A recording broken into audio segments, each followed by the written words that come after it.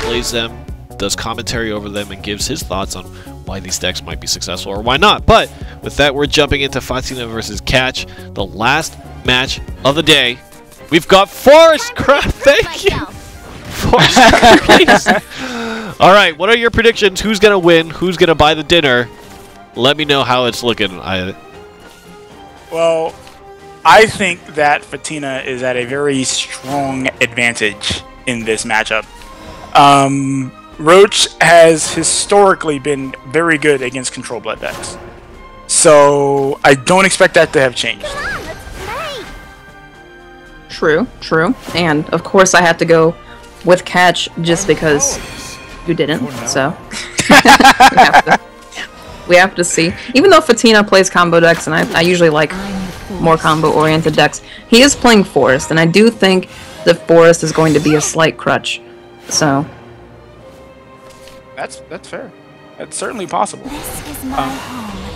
You are my deep down in my heart, I want Control Blood to win. You know, deep down. So, like, I'm not even kidding. Like, because Control Blood is literally one of, if not my favorite non-Haven deck. I love Control Blood, and I'm playing it right now. I have been loving it so much. So, I mean, I want the Control Blood to win, but I think that just the advantage in the matchup goes. For sure, for sure. It's a card we haven't seen in a long time. Wardrobe Raider coming down at 4. Once Catch is able to evolve, turns into a 4/5, but when it evolves, does 2 damage to something and also heals Catch for 2. Kind of like outclassed by Saboir, but you know, you can play both, so why not? Well, I wouldn't say completely outclassed. They kind of do different things a little. You know, at least Wardrobe Raider, when it comes down just to two things, it has Bane, and you know, it gets full stats on Evo too.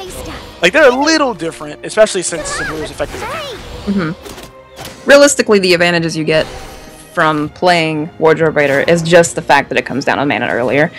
But see Fatina fill the board a little bit. He's just looking for combo. Roach combo decks are basically just find Fairy Circle, Nature's Guidance, and some Roaches. So he's got 2/3 of that combo to make Roach do a lot of damage.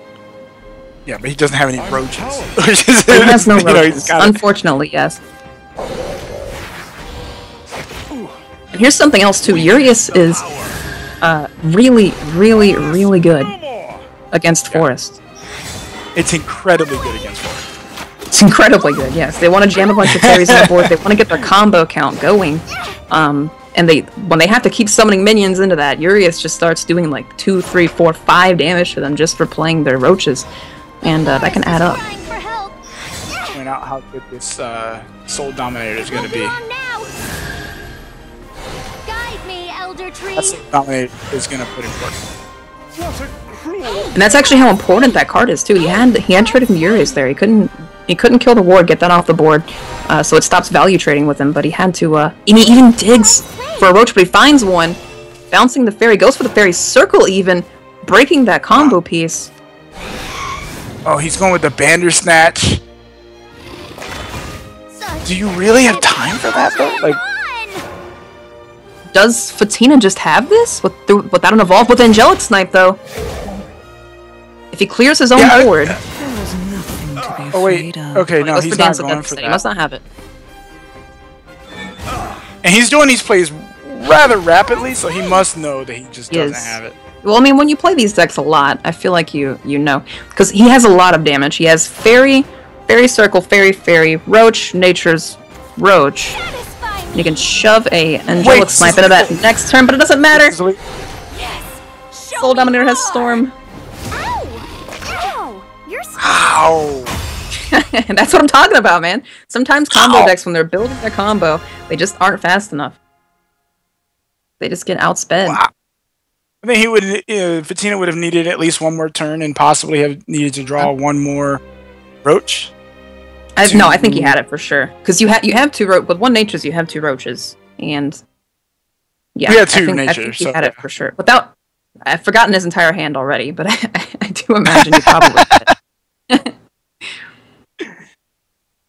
Roach math, man. Alright, so into the second game. Fatina switching to his dragon deck Bow and before catching Dark the shot. Dragoon, ruler of the skies. Let the This is actually a begin. good matchup for, is that Altered Fate and Dragon? Well, he's playing OTK Dragon. Oh, right. Oh. Right. Yep. As a combo I deck. thought I heard He's Storm all Dragon. about I the heard combo Dragon, and I thought I heard Storm Dragon. deck. No. He's playing OTK Dragon. This is, why, it doesn't even play the Hybrid Dragon out. This is normally a good matchup for Shadow, but OTK Dragon's much different. It doesn't even play like a Dragon deck, it just kind of plays like, plays a lot of, basically similar to Roach did, but it has a little healing. So. So fresh. Well, it also has access to other potential spawns, such as Ifa, Wyvern, Also has, like, I don't think his build is running Fortes, but he does have inside. Ooh. Imprison Dragon into Orthrus. Both cards we haven't seen for a while. That's gonna let Catch get in for 6. That is so brutal on turn 4. That is a lot of damage. And a Dragon Warrior would be great here, but he doesn't have one in hand. No. And he's forced to just pass turn without summoning anything. This is terrible for him.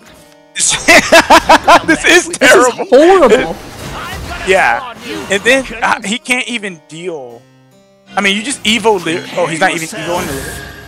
Evolving Lyriel was a net game of 1 there, because she does evolve for it. But I guess spreading out his stats is something he'd rather do instead. But he's got him at 6. This is just over. I admit Yeah. defeat. It's just over. Wow, that game Oh was my quick. gosh. Oh my. What? Poor Fatina. I mean, we talked about it before we headed into the match, but combo decks, right? There are certain things about combo decks that can make you want to karate chop a table in half when you play the game. And I feel like that was definitely one of them. But